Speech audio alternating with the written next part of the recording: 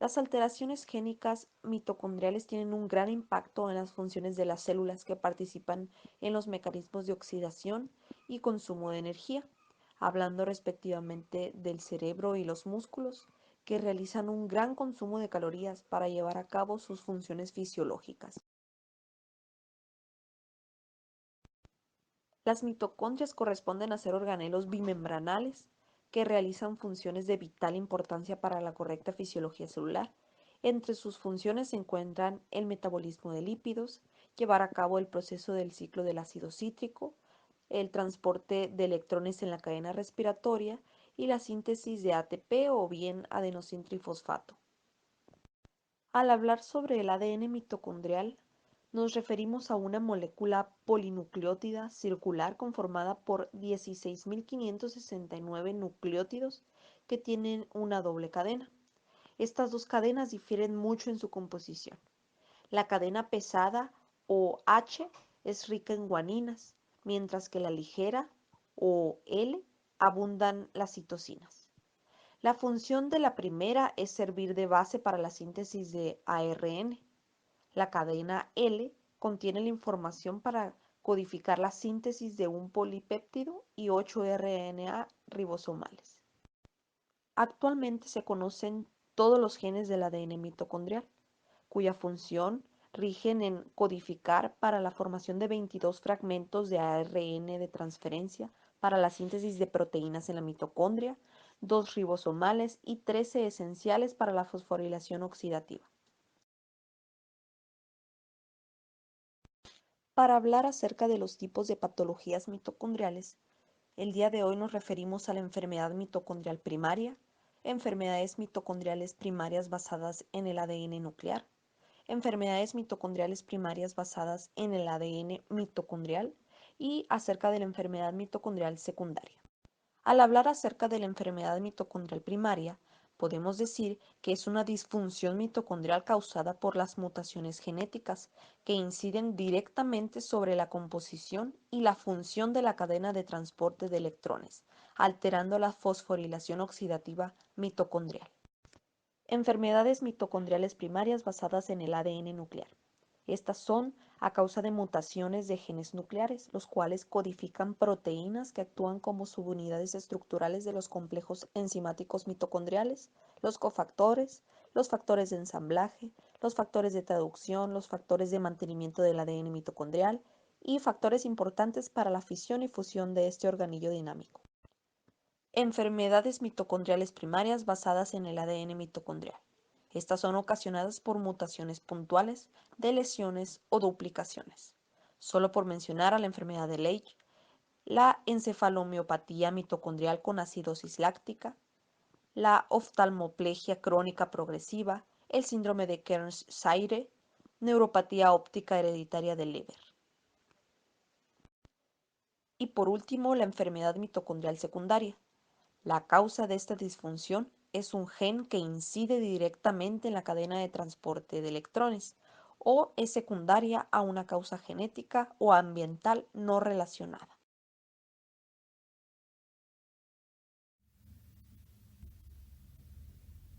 Los estudios epidemiológicos de la enfermedad mitocondrial están limitados por la heterogeneidad de la enfermedad y el infradiagnóstico.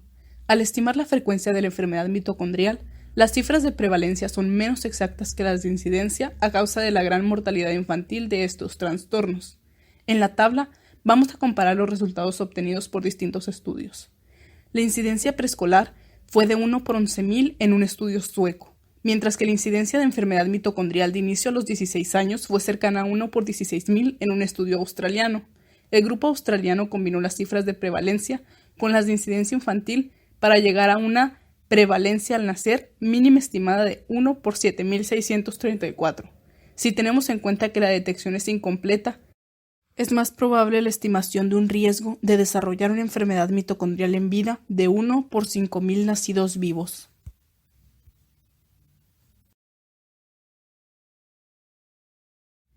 El ADN mitocondrial contiene información para 37 genes, 2 ARN ribosomales, 22 ARN de transferencia y 13 polipéptidos que forman parte de 4 de los 5 complejos multienzimáticos del sistema de fosforilación oxidativa.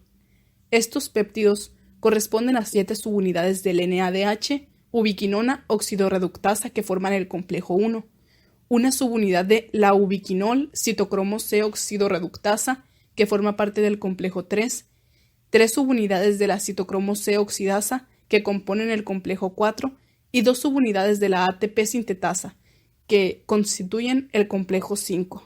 El tipo de herencia del sistema genético mitocondrial, su localización en un organelo citoplasmático, la disposición continua de los genes, sin nucleótidos intermedios, ni intrones, y la poliplasmia, que es el alto número de copias en cada célula, proporcionan caracteres genéticos que los diferencian claramente de los del ADN nuclear. El ADN mitocondrial se hereda por vía materna con un patrón vertical no mendeliano. Esto quiere decir que la madre transmite su genoma mitocondrial a todos sus hijos, pero solamente las hijas lo pasarán a todos los miembros de la siguiente generación, y así sucesivamente. Esto se debe al elevado número de moléculas de ADN mitocondrial que existen en los óvulos en comparación con los pocos cientos que hay en los espermatozoides. Además, las mitocondrias que puedan llegar a entrar al óvulo fecundado se eliminan por un proceso activo, porque tenemos que recordar que las mitocondrias en el espermatozoide se encuentran en la pieza intermedia o cuello. Esto quiere decir que en dado caso que pudieran entrar al óvulo durante la fecundación, pues van a ser eliminados. El fenotipo de una línea celular puede variar durante la división celular debido a que las mitocondrias se distribuyen al azar entre las células hijas, por lo que si en una célula hay heteroplasmia, esto quiere decir que en la célula coexisten 2 poblaciones de ADN mitocondrial, uno normal y otro mutado. A lo largo de las divisiones se podrán originar 3 genotipos diferentes. Uno es homoplásmico para el ADN mitocondrial normal, que es el que vemos en el lado derecho de la imagen con los puntos blancos. Otro es homoplásmico para el ADN mutado, que es el que se encuentra en el lado izquierdo de la imagen con los puntos rojos, y heteroplásmico, como los dos que se encuentran en el centro.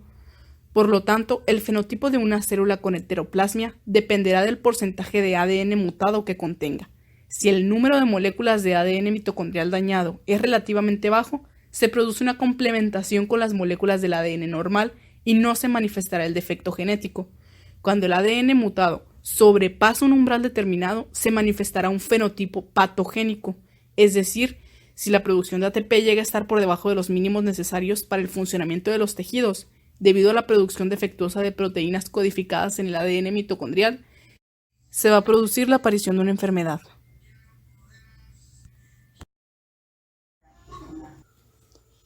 El ADN mitocondrial presenta una tasa de mutación espontánea 10 veces superior a la del ADN nuclear.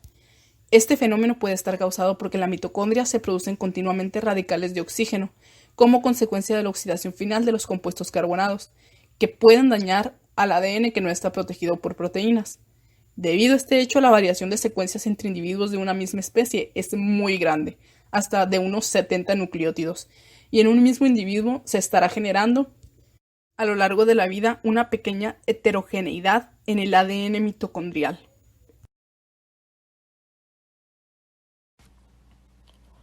No existe una cura para las enfermedades mitocondriales, pero los tratamientos que se utilizan tienen como objetivo aliviar los síntomas y retardar la progresión de la enfermedad.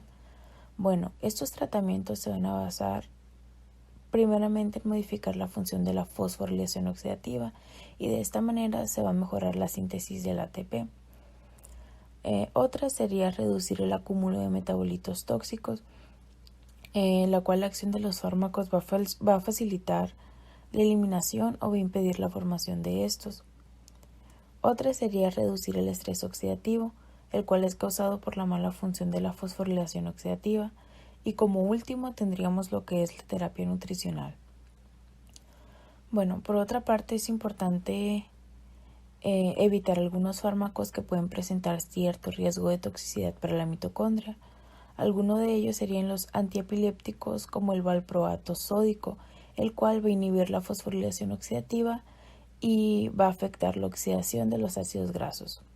Otros serían los barbitúricos y las hidantoínas, bueno, también algunos antivirales, antibióticos y anestésicos. Es importante destacar que tienen que hacer una consulta con su médico antes de tomar alguno de los medicamentos antes mencionados, que pueden agravar la enfermedad o desencadenar una descompensación. Como plus, pues existen terapias de mantenimiento las cuales van encaminadas a evitar y a corregir las descompensaciones metabólicas. Bueno, las enfermedades mitocondriales son graves, no obstante, el diagnóstico y el tratamiento temprano pueden mejorar la calidad de vida para algunos pacientes. Bueno, además de esto, aquí anexamos una tabla la cual hace referencia al tipo de fármaco que vas a tomar según el déficit que presentes, ya sea energético, por estrés oxidativo o por los metabolitos tóxicos. Caso clínico. Se trató a una mujer de 41 años que acudió al servicio de urgencias por un cuadro de 22 días de evolución. Los signos y síntomas que presentaron fueron una alteración en el estado de alerta, el cual se caracterizó por un lenguaje incoherente, además de la habilidad emocional, agresividad y agitación psicomotriz. Algunos antecedentes relevantes pues son que tuvo una hospitalización previa hace un año por enfermedad vascular cerebral isquémica sin secuelas aparentes. Otra que padece hipoacusia bilateral severa de 8 años de evolución. Con hipoacusia nos referimos a la pérdida de la capacidad auditiva. Bueno, en la exploración física destaca una talla baja y desorientación global.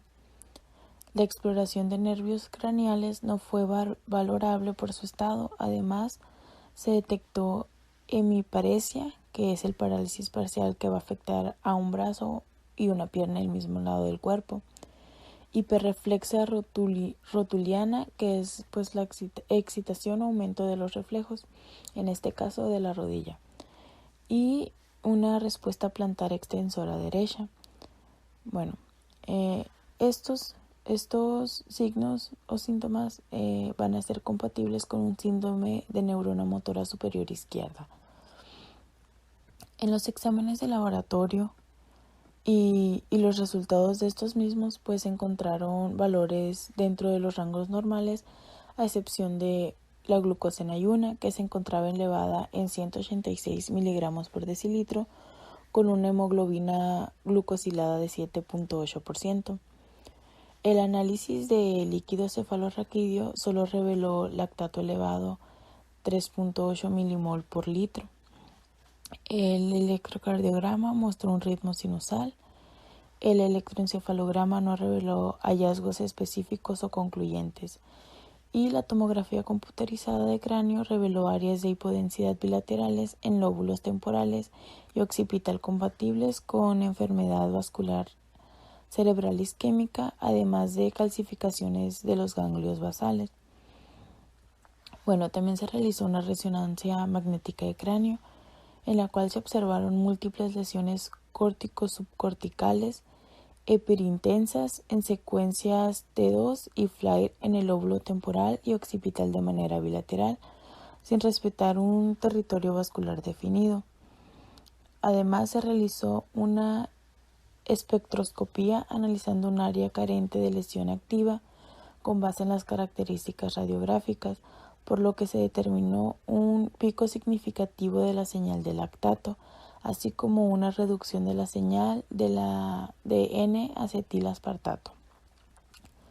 Como parte del abordaje de enfermedad vascular cerebral en la paciente joven, se solicitaron anticuerpos y marcadores inflamatorios que descartaron lupus eritematoso sistémico y el síndrome de antifosfolipídico como principales causas de la vasculitis.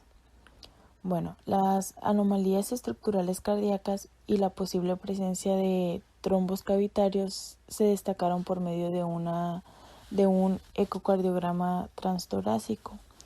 Bueno, bajo el contexto de la enfermedad vascular cerebral recurrente, la talla baja, la hipoacusia neurosensorial bilateral severa y el lactato elevado en líquido cefalorraquídeo, se realizó una biopsia muscular con una tinción gomoritricomo, que demostró de 8 a 10% de las fibras con un aspecto rasgado por ruptura de membranas citoplasmáticas y degeneración granular y vacuolar, así como presencia de endomicio con capilares congestivos y discreta inflamación linfocitaria con 5% de fibras hipotróficas. Bueno, todos estos hallazgos fueron compatibles con una miopatía mitocondrial. Respecto al tratamiento de la paciente, pues se egresó mediante un manejo de la base de coenzima Q10. Sin embargo, la función cognitiva no mostró mejoría, con características clínicas sugestivas de demencia a inicio temprano.